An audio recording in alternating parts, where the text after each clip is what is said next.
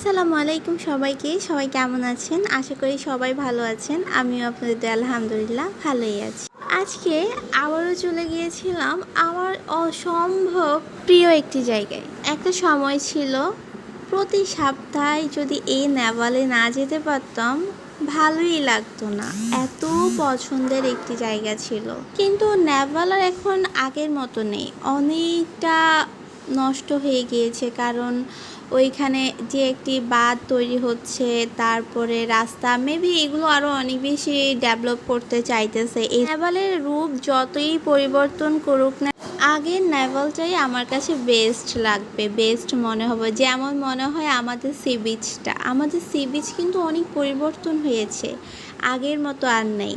কিন্তু সেই ছোটোবেলায় যে সি বিচ যেতাম, চারদিকে সবুজ উঁচা নিচা জায়গা, তারপর অনেকগুলো টুকরো টুকরো পাথর, মানে অস্থির করে একটা ব্যাপার থাকতো, নিচে নামা উপরে ওঠা, ওই বিচটা এখন আর নেই। যাই হোক, আমরা যেহেতু নেভালে এসেছি, নেভালের কথাই বলি। আমার কিন্তু এই নেভালটি অনেক বেশি পছন্দ, অনেক বেশি পছন্দের একটা জায়গা, যেখানে গেলে মনে হয় এই জীবনে আর কোনো কিছু চাওয়ার নেই, শুধু একটি চাওয়ার, এত সুন্দর একটি জায়গায় স্নিগ্ধতায় মেতে ওঠা।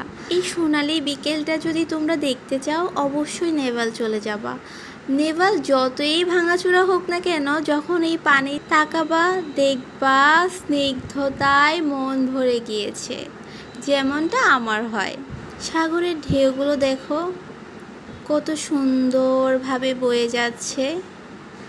ইস, মাঝে মাঝে ইচ্ছে হয় আল্লাহকে প্রশ্ন করি, আল্লাহ কেন মানুষ বানিয়েছে? আমাকে সাগরের ঢেউ তো বানাতে পারতো। এত সুন্দর বয়ে যাচ্ছে, আমিও বয়ে যেতাম। আর এত সুন্দর একটি জায়গায় যদি এক কাপ চাই না খেতে পারি, তাহলে তো পুরো বিকেলটা অসম্পূর্ণ থেকে যায়, তাই না?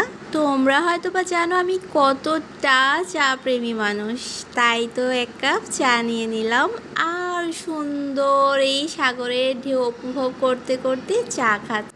আমরা চট্টগ্রামের মানুষরাই কিন্তু জানি নেভালের এই পেঁয়াজও কিন্তু অনেক বেশি ফেমাস। কারণ এই সাগরের পাড়ে বসে যদি গরম গরম ভাজা পেঁয়াজও খাওয়া যায়, তাহলে তো আর কিছুই লাগে না। সাথে যদি থাকে কাঁকড়া, এই কাঁকড়া ভাজাটা একমাত্র নেভালেই মজা। আমার থেকে নেভালের 3টা খাবার অনেক বেশি মজা লাগে।